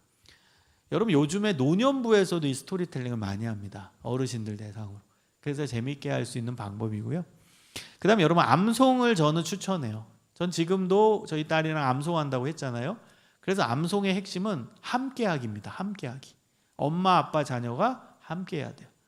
요즘 아이들의 이제 중요한 키워드가 공정함입니다. 그 공정함이 부모님과 같이 하냐예요. 엄마, 아빠도 하냐예요. 엄마, 아빠는 안 하면서 왜 나한테만 시켜? 그럼 애들 안 해요. 그래서 항상 공정합니다. 기도 엄마, 아빠가 하라고 했는데 엄마는 하냐? 이거 보는 거예요. 말씀 읽으라고 하는데 아빠 읽고 있냐? 이걸 보는 거예요. 그 공평함과 공정함이 애들의 중요한 키워드입니다. 그래서 암송을 할 때 시키는 게 아니라 함께 하는 겁니다. 엄마 아빠와 자녀가 함께 암송하는 거예요. 그리고 여러분 암송에는 재미의 요소를 넣으셔야 돼요. 그냥 외워라 외워라 그러면 잘 안 외우죠. 재미없죠. 그래서 좀 다양하게 이 패턴을 바꿀 수도 있어야 돼요. 하나 몇 개 제가 팁을 드리면, 종이에다가 이제 성경 구절을 쓰세요. 뭐 예를 들어 태초에 하나님이 천지를 창조하시니라, 오려요. 그리고 이제 퍼즐처럼 이렇게 섞어놔요. 그 다음 이제 배열을 맞추게 하는 거예요. 그럼 얘네들이 태자, 그 다음 애가 어디 붙더라, 그 다음 라가 어디 붙더라 하면서 문장을 만들겠죠. 그러면서 외웁니다. 그 다음에 또 재미의 요소, 이제 팁 또 하나를 드리면, 애들이 요즘에 유튜브 볼 때 배속 바꾸는 걸 재밌어해요. 배속 1.5배속, 2배속 바꾸잖아요. 우리도 그것처럼 성경 암송을 할 때 정배속으로 외우고, 1.5배속으로 외우고, 2배속으로 외우고, 배속을 바꾸면서 빠르게 외워가는 거예요. 그럼 재밌게 할 수 있어요. 또 요즘 애들은 랩을 좋아해요. 그래서 랩같이 외워도 돼요. 음유를 넣는 거예요. 태초에 하나님이 천지를 창조하시니라, 이렇게 음유를 넣어서 같은 곳에 반복해서 음유를 넣어서 외우게 하는, 그것도 재미의 요소입니다. 그래서 암송은 여러분 바로 실천해 보세요, 집에 가셔서.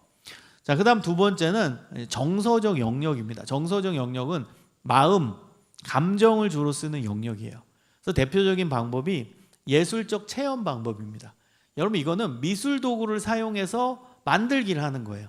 근데 제일 좋은 미술 도구는 제가 봤을 땐 저는 찰흙으로 봐요. 찰흙. 왜 찰흙으로 보냐면 찰흙의 재질이 다양하기 때문입니다. 여러분, 미술 전공하는 분들이 가는 문방구점에 가잖아요. 그럼 찰흙 종류가 다양해요.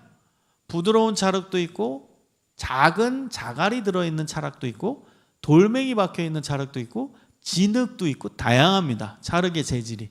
그래서 이 방법은 왜 쓰냐면, 찰흙을 갖고 만들면 찰흙을 만지잖아요. 그럼 느낌이 있겠죠? 그 느낌을 내용으로 받아들이게 하려고 이 방법을 쓰는 겁니다. 무슨 얘기인지를 설명하면 이제 알 수 있어요. 만약에 오늘 우리가 가정 예배를 드리자고 해서 모였는데 주제가 하나님의 사랑이었어요. 그래서 하나님의 사랑에 대해서 아빠가 잠깐 이야기하고 우리 하트 만들기를 하자 하고 찰흙을 줬어요. 그러면 여러분, 부드러운 찰흙을 아이한테 주는 게 좋을까요? 돌멩이 박혀있는 찰흙을 아이한테 주는 게 좋을까요? 네, 왜 그러냐? 부드러운 찰흙으로 이제 하트 만들기를 하면 느낌 있잖아요. 만지면서 부드럽네, 감촉이 좋네, 매끄럽네. 아, 하나님의 사랑은 이렇게 부드러운 거구나, 매끄러운 거구나. 느낌을 내용으로 받아들인다는 거예요. 자, 그러면 그 다음 주에 이제 가정 예배를 또 드리는데, 이번엔 예수님의 십자가였어요. 예수님의 십자가에 대해서 이야기하고 우리 찰흙으로 십자가 만들기 하자. 그럼 여러분, 부드러운 찰흙, 그 다음 돌멩이 박혀있는 찰흙, 뭐 주면 좋을까요? 네, 그럼 얘네들이 십자가 만들면서 돌멩이가 막 손에 걸리니까 까끌까끌하고, 그 다음에 막 아프고 그러거든요. 막 자국이 나고, 엄마 이거 찰흙에 이렇게 돌이 들어있어, 아파, 손이 막 자국이 나, 아파. 십자가는 아픔이구나, 십자가는 고난이구나. 그 느낌을 내용으로 받아들인다는 거예요. 여러분, 그것을 위해서 이 예술적 체험 방법을 사용하는 겁니다. 자, 다음 이제 묵상법입니다. 묵상법은 이것도 해보세요. 아주 쉽게 할 수 있는 가정 예배가 될 수 있어요. 본문을 읽고 본문 안에서 하나님이 누구신가 하나님을 찾고, 하나님의 생각이 무엇인가 하나님 생각 찾기, 두 가지를 하는 거예요. 하나님 찾기, 하나님 생각 찾기. 여러분, 성경의 어떤 본문도 다 하나님의 말씀이죠. 그러니까 하나님이 누구신지를 찾을 수 있고 하나님의 생각이 무엇인지를 찾을 수 있다는 거예요. 이 훈련을 여러분도 많이 하시고 애들도 많이 시키세요. 성경 읽는 깊이가 깊어집니다. 어떤 본문이든 하나님이 누구신지를 찾고 하나님의 생각이 무엇인지를 찾게 하는 거예요.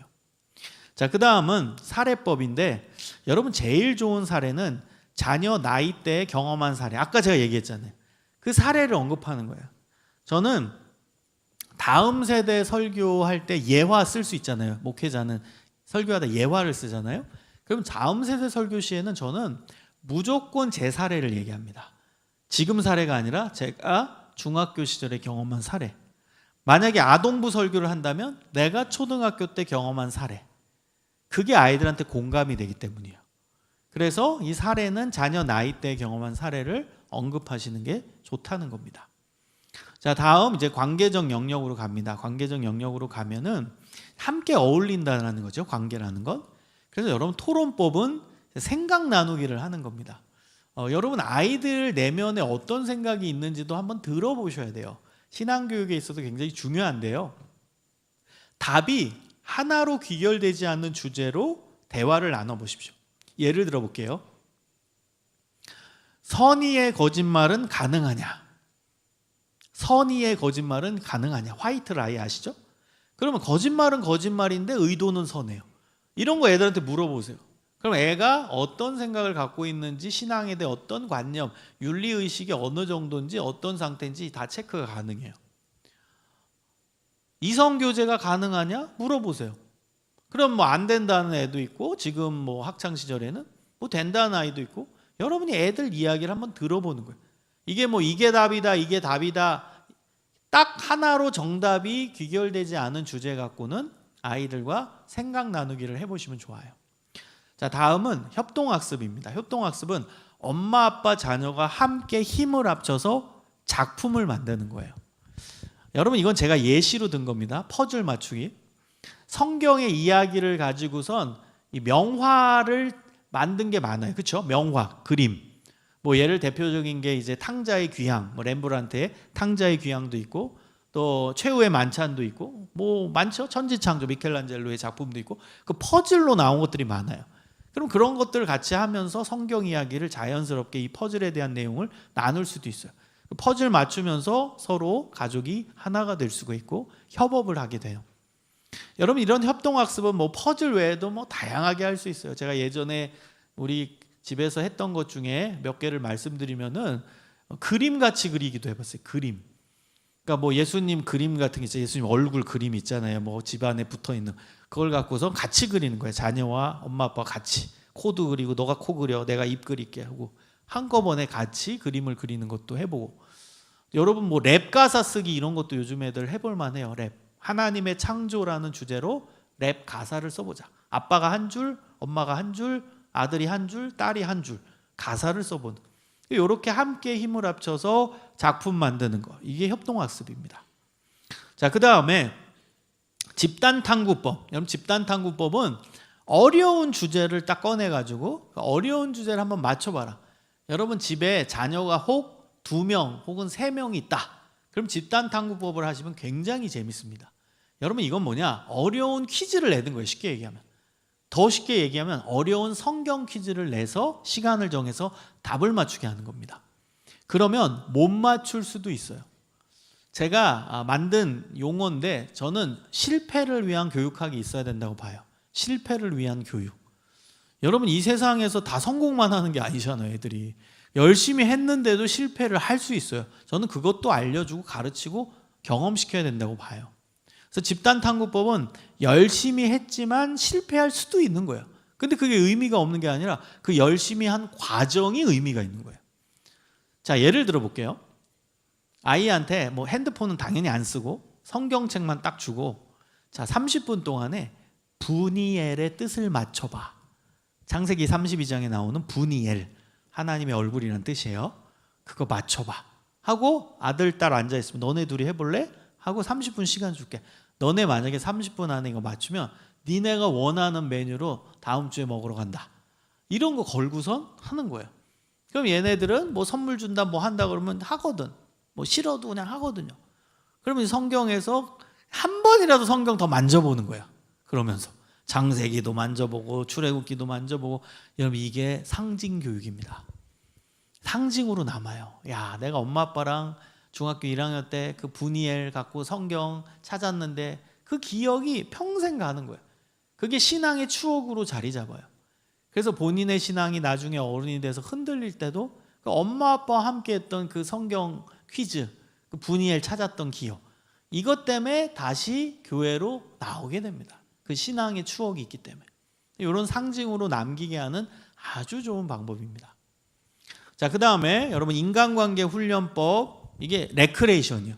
그럼 집에서도 레크레이션 하세요. 레크레이션 할 수 있어요. 저는 이제 가족 수련회 이런 것도 많이 인도해 봤는데 가족들끼리 모이면 레크레이션 많이 합니다. 근데 저의 특화점은 뭐냐? 레크레이션을 하고 거기에 기독교적 의미 부여를 하라는 거예요. 의미 부여. 그냥 레크레이션해서 재밌다가 아니라 거기에 기독교적 의미 부여를 하면 얼마나 멋있겠습니까? 자, 예를 들어 볼게요. 제가 레크레이션 중에 어느 공동체를 이끄든 항상 하는 레크레이션이 있어요. 신문지 위에 올라가기. 아시죠? 신문지 펼쳐놓고 아빠, 엄마, 아들, 딸이 올라가는 거예요. 올라가면 반으로 접어요. 또 올라가요. 또 올라가면 반에 반을 접어요. 그럼 이제 어떻게 돼요? 막 업어주고 안아주고 막 힘센 아들은 아빠 업고 막 내 발 위에 올라가 막 그래요. 그래서 결국 그 신문지 위에 올라가죠. 레크레이션이죠. 여러분, 근데 이것을 의미 부여를 꼭 넣으라는 거예요. 다 끝나고 나서 기독교적 의미 부여를 넣어주는 게 그게 기독교 교육입니다. 제가 만약에 거의 의미 부여를 하면 이렇게 넣을 것 같아요. 자, 봐봐, 우리 이거 재밌었지? 근데 이 신문이 우리가 살아가는 세상이야. 근데 이 세상에 우리가 살려면 아까 너가 아빠 업어줬잖아. 너가 힘세다고. 희생한 거지. 그리고 엄마는 딸 이렇게 안아줬잖아. 엄마가 희생한 거지. 희생하는 사람이 필요해. 그래야 이 사회는 유지될 수 있다는다. 그래서 희생하는 존재가 우리 크리스찬이면 좋겠어. 의미 부여죠. 여러분, 모든 레크레이션은 다 기독교적 의미 부여를 다 할 수 있습니다. 그래서 여러분이 레크레이션을 하고 거기에 의미 부여를 할 수 있다면 이거는 엄청난 기독교 교육이에요. 저는 교회 학교에서도 많이 하라고 얘기해요. 교회 학교에서 레크레이션 성경학교 때만 하지 말고 일상적 공과 때 하라는 거예요. 그래서 이런 거 하고 기독교에서 의미 부여를 하면 이게 엄청난 체험학습이고 그 다음에 기억 남는 교육이에요. 뭐 하나 더 얘기해 볼까요? 여러분, 옛날에 그 가족 오락관이라는 거 아세요? 그때 엄청나게 재밌게 했던 게 몸으로 말해요라는 레크레이션이에요. 모션을 주는 거예요. 예를 들어서 옆에 맨 처음에 있는 사람한테 이제 뭐 예를 들면 야구라는 제시어를 줘요. 그럼 옆에 사람이 이렇게 뒤돌아 있어서 딱딱 똑똑하면 이제 쳐다보죠. 그럼 이제 모션을 보여줘요. 야구 동작. 그럼 이제 옆에 사람이 똑똑하면 다시 쳐다봐요.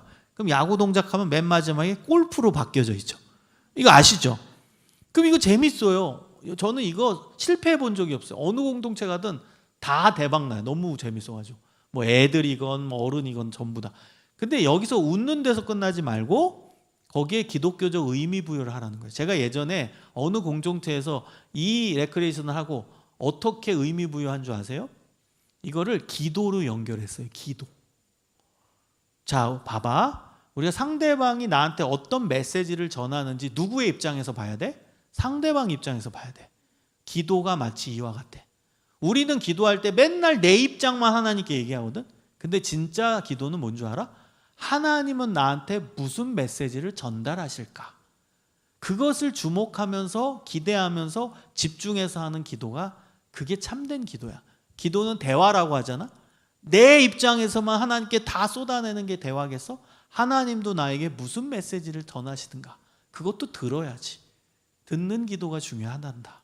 하나님의 뜻을 듣는 기도로 우리가 성장하고 성숙하면 좋겠어. 의미 부여를 하는 거예요. 기도로 의미 부여를 했어요, 저는. 그래서 여러분, 모든 레크리에이션은 다 기독교적 의미 부여가 가능합니다. 자, 다음은 이제 역할극입니다. 역할극. 그래서 온 가족과 함께 역할극을 하는데 엄마 아빠가 시나리오를 짜시면 돼요. 아까 전에 요한복음 13장 예를 들었는데 예수님이 제자들의 발을 씻기시는 장면, 역할극을 하고 싶어요.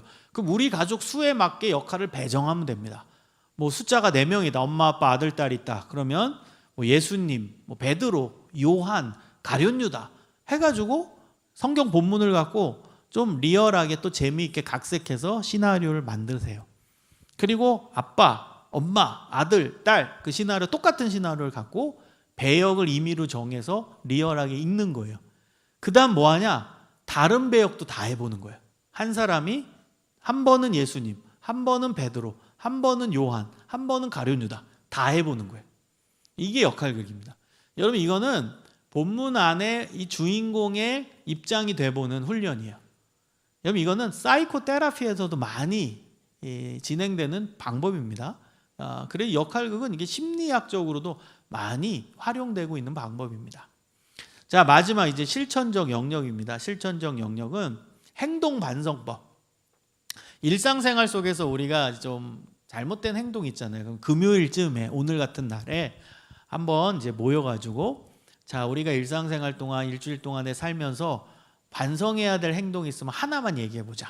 근데 여기서 핵심은 뭐예요? 엄마 아빠도 참여해야 돼요. 그래서 아빠도 뭐 회사 생활에서 직장 동료들이랑 함께 하면서 이런 행동을 실수한 것 같아. 그걸 얘기하는 거예요. 그러면서 함께 기도하고, 하나님 우리가 부족했습니다. 하나님 다음 주에는 더 하나님 기뻐하시는 모습으로 살게 하여 주옵소서. 기도하고 마치는 좋은 가정 예배 하나의 샘플도 될 수 있어요. 그 다음 이제 학교 생활 문제 해결 방법은요, 이 공동체가 경험하는 문제를 어떻게 해결할 것이냐, 이런 것들을 생각해 보게 하는 거예요. 아이들 같은 경우는 학교 생활이죠. 학교 생활에서 공동체적으로 경험하는 문제, 뭐 예를 들면 왕따의 문제, 뭐 학원 폭력의 문제, 뭐 관계의 문제, 그리고 뭐 중독의 문제, 이거는 우리 애들 공동체가 다 경험하는 문제죠. 그 문제를 어떻게 우리는 바라봐야 할까를 허심탄회하게 꺼내놓고 얘기해 보는 거예요. 근데 아이들한테 그냥 얘기하라고 하면 안 하거든요. 그럼 여러분이 시나리오를 만들면 돼요. 그게 미션 시나리오라는 거거든요. 제가 명명한 거예요. 예를 들어 볼게요. 자, 오늘 김성중이, 아들 이름이에요. 김성중이, 교회 다니는 김성중이 학교에 갔다. 학교에 갔는데 옆반 아이가 복도에서 울고 있는 것을 봤다. 옆반 애들을 쳐다봤더니 옆반 애들은 그 복도에 나온 아이를 향해 깔깔깔 웃고 있었다. 아마 그 아이는 왕따인 것 같다.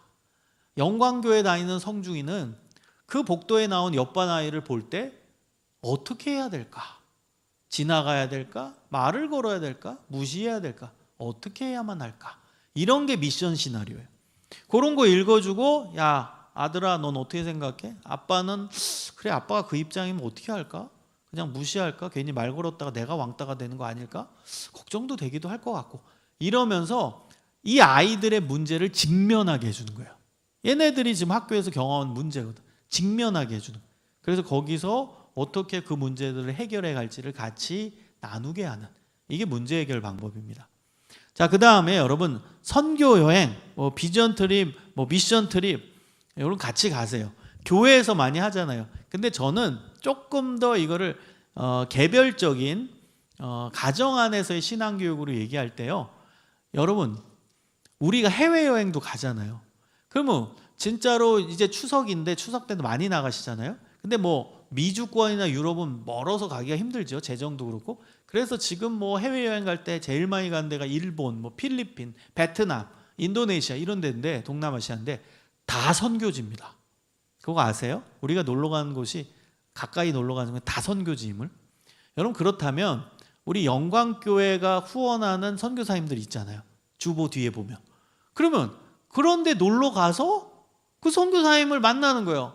그리고 나서 나 영광교회 집사인데요, 우리 영광교회에서 후원하는 선교사님이라고 저희가 들었어요.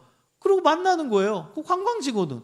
가서 선교사님 한번 만나면 또 선교지도 탐방할 수 있고, 자녀들도 선교지를 볼 수 있고, 그리고 이제 가족의 이름으로 딱 헌금도 해서 드리고 오면, 이건 멋있는 가정 안에서 이루어지는 선교 여행이죠.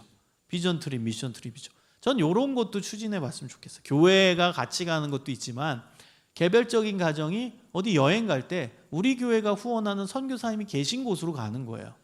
거기서 있다가 관광도 하지만 그 선교사님 사역지도 보고 대화도 하고, 우리 아이들한테 얼마나 큰 교육이 되겠습니까? 그리고 여러분 배움 여행, 이제 기독교 박물관, 미술관, 또 국내 성지 이런 데 다니는 거예요. 그거를 골라서 가시면 돼요. 여러분 우리나라는 전역이 성지입니다. 여러분 인천 지역도 성지가 정말 많아요. 소래 포구에 기독교가 이제 선교사님 들어오고, 제물포항, 뭐 언더우드 선교사, 뭐 아펜젤러 선교사 들어온 곳이죠. 인천 지역도 정말 많습니다. 선교지가 유적지와 또 국내 성지가 많아요. 저는 이제 우리나라 국내 성지와 관련된 기관의 이사로 활동하는 게 있는데요, 국내 전역이 다 성지입니다. 모르시면 챗 GPT를 쳐보십시오. 나옵니다. 그래서 가시면 돼요. 애들 손잡고. 인천도 너무 많아요.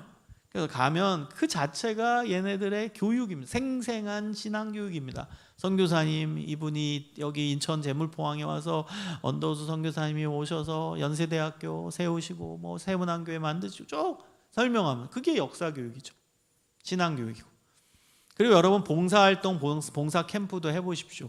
우리 교회가 후원하는 미자립 교회가 있죠. 그럼 미자리 교회 가서 여러분이 봉사활동도 가정 단위로 할 수 있어요. 그리고 거기 주변에 숙박시설 이용하면서 그 교회 계속 봉사 2박 3일 정도 봉사하거나 혹은 그 마을에 필요한 봉사도 같이 할 수 있는, 참여할 수 있는 이런 봉사 캠프도 가정 단위로 할 수 있다라는 거예요. 여러분, 그리고 이제 질문법 가정 예배가 남았는데 이 질문법을 제가 넣은 이유가 있어요. 그거는 여러분에게 가장 쉽게 할 수 있는 제가 개발한 성경 공부를 하나 알려드리고 싶어서요. 가정에서 쉽게 할 수 있는. 여러분, 솔직히 가정교육, 가정 안에서 신앙교육, 가정 안에서 가정예배 드리라고 하면 대부분 부담스러워요. 주로 뭐가 부담스럽냐? 거기 설교 들어가야 되는 거 아닐까? 그럼 누가 설교해? 누가 말씀 봐? 그래서 어느 교회는 아예 매뉴얼로 줘요. 주보 간지에. 가정예배. 거기에 이제 설교문까지 넣어주는데 여러분, 그 설교문 엄마 아빠들이 읽으면 더 어색해요. 알잖아요. 그 설교 그냥 그 주보 간지에 그 매뉴얼로 넣어준 거 그냥 쭉, 오늘 본문은 마태복음 5장인데 5장은 뭐 산상수훈인데 이렇게 읽는 게 더 어색하거든요. 그 실제로는 안 합니다. 가정 들어가면. 그래서 제가 고심을 한 거예요. 어떻게 하면은 가정 안에서 성경을 보게 할까? 그래서 제가 만든 이 아주 쉬운 성경 공부 방법을 알려드리겠습니다. 그걸 위해 질문법이 필요했던 거예요. 자, 여러분, 질문은 세 가지 유형이 있습니다. 지식적 질문, 해석적 질문, 적용적 질문이 있어요.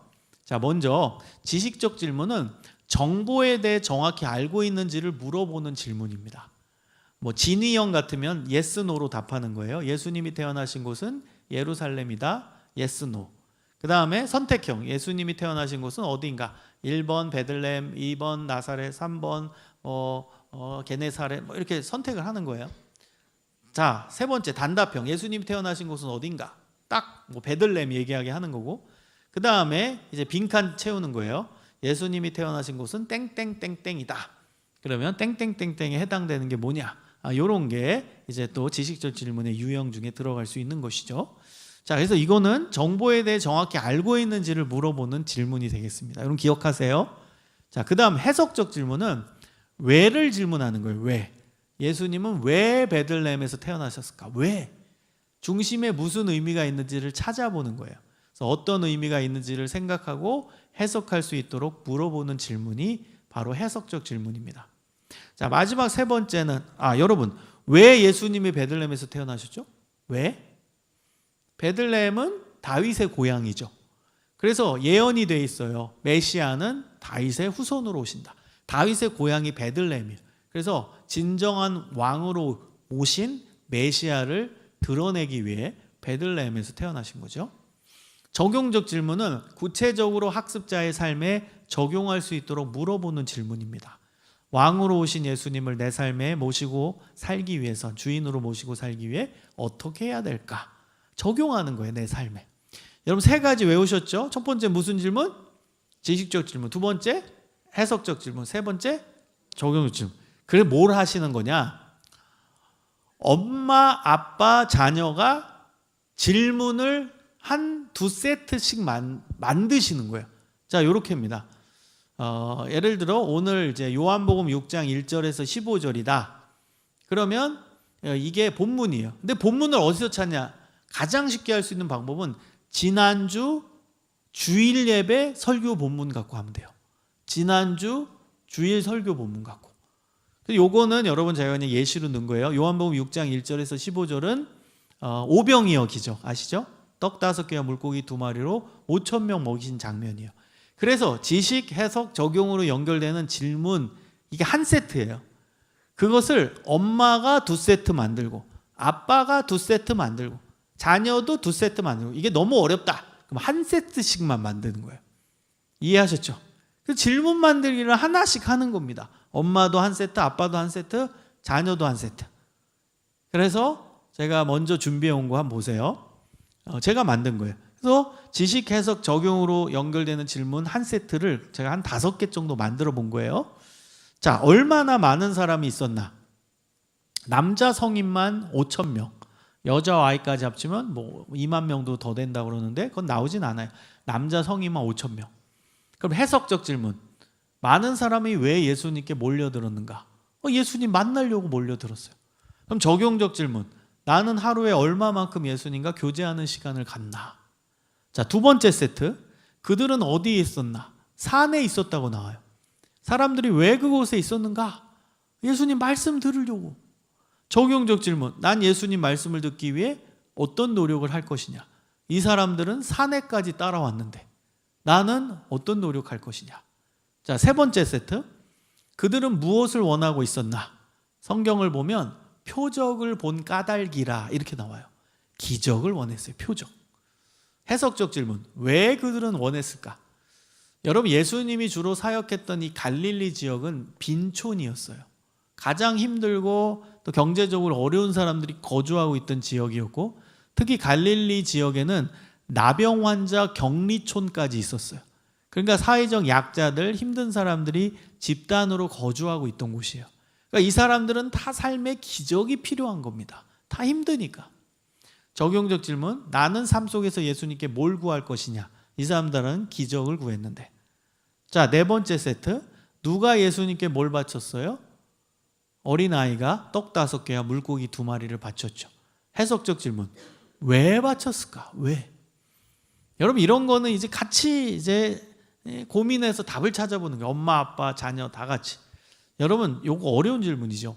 근데 저도 이게 어려운 질문이었는데 제 딸의 옛날 모습을 통해 저는 이 답을 알고 있어요.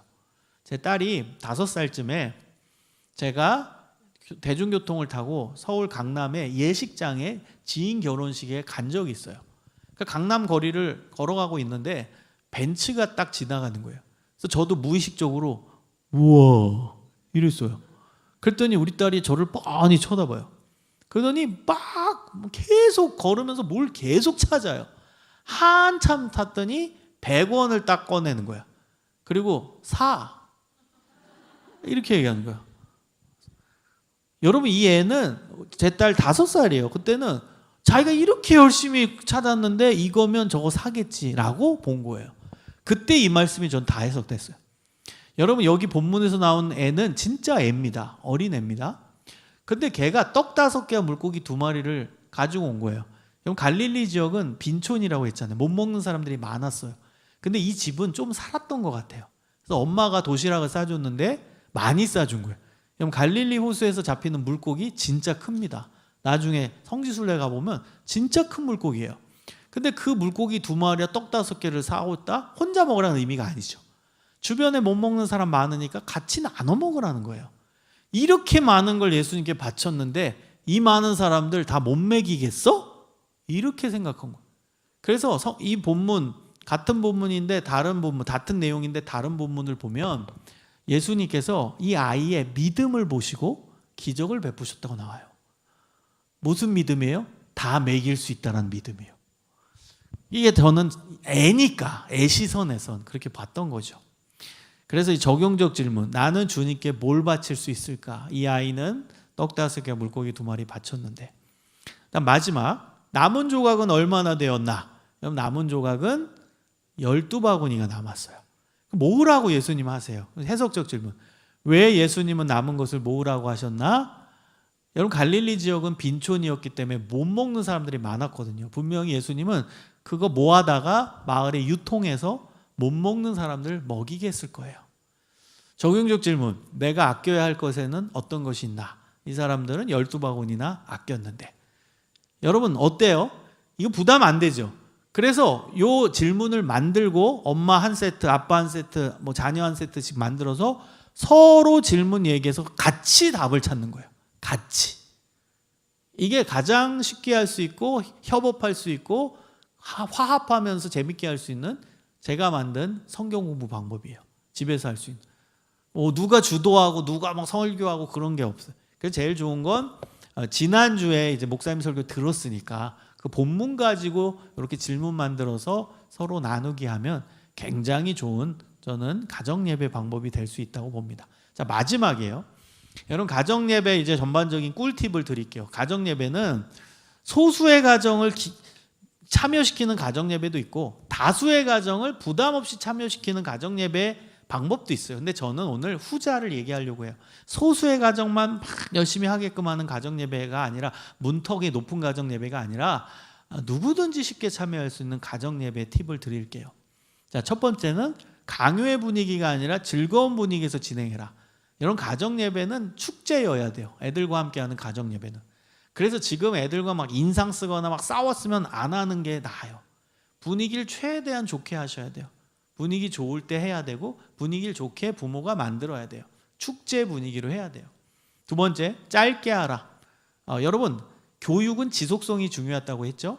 5분 매일 하는 게 일주일에 한 번 막 2시간 하는 것보다 훨씬 교육적입니다. 5분, 더 시간 없다. 3분, 4분. 그걸 매일 하는 게 훨씬 교육적입니다.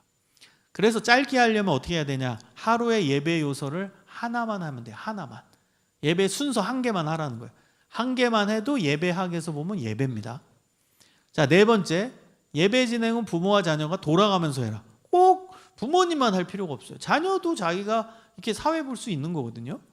그리고 다섯 번째, 유튜브 영상을 활용하라. 교회에서도 유튜브 영상 많이 활용하잖아요. 그것처럼 가정 예배 때도 유튜브 영상을 쓸 수도 있다는 거예요. 자, 여섯 번째, 가족 이벤트를 마련해라. 우리 가족 한 달 동안 가정 예배 잘 드리면은 뭐 맛있는 거 먹으러 간다, 이런 거 이벤트를 마련하라. 일곱 번째, 카카오톡 가족 채팅방을 활용해라. 말하기 싫어하는 애들이 있어요. 그러면 존중해 주면서 뭐 나누라고 했을 때 카톡에 올리라고 해도 된다는 거예요. 자, 여덟 번째, 가정 예배 시간은 자녀에게 맞춰라. 꼭 밤에 할 필요가 없어요. 그렇죠? 여러분, 애가 막 집에 와서 저녁 먹고 또 학원 가야 된다면 그 한 5분 정도 시간 내서 그때 해도 괜찮다는 거예요. 자녀가 원하는 시간에 맞추세요. 아홉 번째, 가정 예배는 축복성으로 마무리해라. 축복하면서 아이들 격려하고 응원하면서 마무리하는 거예요. 마지막 열 번째, 종종 야외 예배를 들어라. 야외 가서 뭐 산책할 때도 가볍게 할 수 있고 운동하면서도 가볍게 할 수 있다. 그래서 여러분, 이런 가정 예배 꿀팁을 가지고 자, 이렇게 고정시켜 놓고 하면 돼요. 주일 월화수목 금토를 고정시켜 놓으세요. 그래서 빨간색이 예배 요소입니다. 영상이란 요소를 써요. 요즘에 예배 시간에 찬송, 성경, 기도, 암송, 중보기도, 감사, 여기 예배 요소들을 하나씩 매일 하나씩 넣은 거예요. 주일에는 위대한 신앙인들의 삶이 담긴 임팩트 있는 유튜브 영상을 시청한다. 여러분이 알고 있는 위대한 신앙인들 어느 누구든 유튜브에 검색해 보십시오. 다 나옵니다. 5분짜리, 7분짜리, 9분짜리, 10분짜리 다큐멘터리 형식, 뭐 만화 형식으로 다 있어요. 손양원 목사님, 주기철 목사님, 언더우드 선교사님, 뭐 맥켄지 선교사님, 알만한 사람 다 검색해 보십시오. 다 나옵니다. 그걸 활용하시라는 거예요. 주일에는. 그런 인물편에 여러분 기독교 역사 공부가 되는 거죠. 월요일에는 찬송가를 정하고 가사 묵상하고, 돌아가면서 이번 주는 아빠가 원하는 찬송가 정해서 가사 묵상하고 부르고, 다음 주는 엄마가 정하고. 자, 화요일에는 성경, 우리 가정 성경 통독을 마련해서 화요일 그 시간에는 이제 뭐 마태복음부터 읽겠다. 마태복음 한 석 장, 뭐 짧으면 2장 이렇게 읽자. 그래가지고 순서대로 화요일에는 성경을 읽는 거예요. 자, 수요일에는 가족 구성원이 서로의 기도 제목을 나누고 함께 기도하고, 목요일에는 성경 암송 카드를 하나 사세요. 순서대로 읽고 암송하는 시간을 갖고, 금요일에는 세계 국가 교회 선교지 등을 위해 중보기도, 이번 주는 우리 영광교회를 위해 기도하고, 다음 주는 우리 나라를 위해 기도하고, 기도를 하는 거예요. 중보기도. 토요일에는 한 주간의 삶 가운데 하나님께 감사한 내용을 돌아가면서 나누고 그리고 기도하고 마치고. 그래서 여러분, 이 빨간색이 이제 예배 요소가 되는 거예요. 하나만 하라는 거예요. 제 노하우입니다. 그게 하나만. 그래서 매일 예배 요소 다 하려고 하지 마세요. 뭐 묵도부터 교동문, 사도신경 못해요. 그렇게는. 그러니까 여러분, 이렇게 하나만, 요소 하나만 넣어서 예배 드리면 부담도 적고 이것도 예배입니다. 그 안에 신앙적인 영향을 아이들에게 줄 수 있으면 좋겠습니다. 제 정보만 좀 드리고 이제 마무리 지을 텐데요. 뭐 기독교 교육 리더십 연구소, 뭐 사춘기 연구소, 뭐 말씀 한 줌, 제 제자들이 제 영상을 올리는데요. 보시면 또 도움이 될 만한 영상들이 나옵니다. 마지막으로 이제 제 책에 대해 좀 이렇게 의미를 넣어서 말씀드리면서 마치도록 하겠습니다. 제가 좀 책을 많이 써요. 한 26권 책을 갖고 있는데, 그 중에 이제 베스트셀러가 된 책들 제목에 의미가 있습니다. 저는 우리 아이들이 나무라고 생각해요. 나무. 요 나무들 여러분 잘 키우면 열매를 맺잖아요. 그래서 이 열매들을 잘 맺힐 수 있도록 우리가 물도 주고 잡초도 뽑아주고 잘 키울 수 있는 그런 좋은 부모님들이 되셨으면 좋겠습니다. 그리고 우리 자녀들이 때로는 사자 같아요. 사자가 뭔지 아세요? 사춘기 자녀. 무서워요. 사자 그려놨죠. 무서워요. 으르렁대요. 근데 얘네들을 잘 키우면 리더십을 갖춘 최고의 인물들로 우리는 키워낼 수 있다. 그 의미를 담으면서 또 여러분에게 말씀드리고 싶고요. 그리고 여러분, 우리는 다 어쩌다가 이제 교사가 됩니다. 제 책 제목인데 어쩌다 교사도 되고 어쩌다 청소년 사역도 하고 어쩌다 학부모도 되고 다 어쩌다예요. 근데 제 의도는 어쩌다 우리는 부모가 됐어요. 어쩌다 교사도 되고 어쩌다 이런 사역도 하지만 하나님이 우리에게 사명을 주시면 무조건 한다예요. 여러분, 사명을 주시면 우리는 무조건. 사명의식이 그래서 중요한 겁니다. 그리고 여러분, 기도하는 부모님 되십시오. 자녀를 위해 기도하십시오. 수험생이 있어요. 수험생을 위해 기도하시고, 결혼을 앞둔 청년 자녀가 있어요. 청년들을 위해 기도하고, 또 몸이 아픈, 몸과 마음과 영혼이 아픈 우리 자녀들이 있어요. 치유를 위해 기도하는 거예요. 그래서 부모는 기도하는 존재다. 자녀를 위해 기도하는 사람이다. 그래서 기도하는 부모님들이 되어주시기를 소망합니다. 여러분, 오늘 긴 시간 동안 잘 들어주셔서 감사드리고 하나님께서 기뻐하시는 최고의 부모님들 되어주시기를 주님의 이름으로 축복합니다. 기도하겠습니다. 하나님, 감사합니다. 오늘 신앙교육과 양육에 대해서 또 나누게 하시니 감사합니다. 주님께서 기뻐하시는 부모 되기를 소망합니다. 저희들은 부족하오니 주님, 저희들에게 지혜를 주시고 은혜를 주시고 믿음을 주시고 능력을 주시고 영육간의 강건함을 허락하여 주시옵소서. 언제나 우리와 함께 하시는 하나님을 신뢰하고 믿고 의지하오니 우리와 동행하여 주시고 우리 자녀를 키워 주시옵소서. 예수 그리스도의 이름으로 기도합니다. 아멘.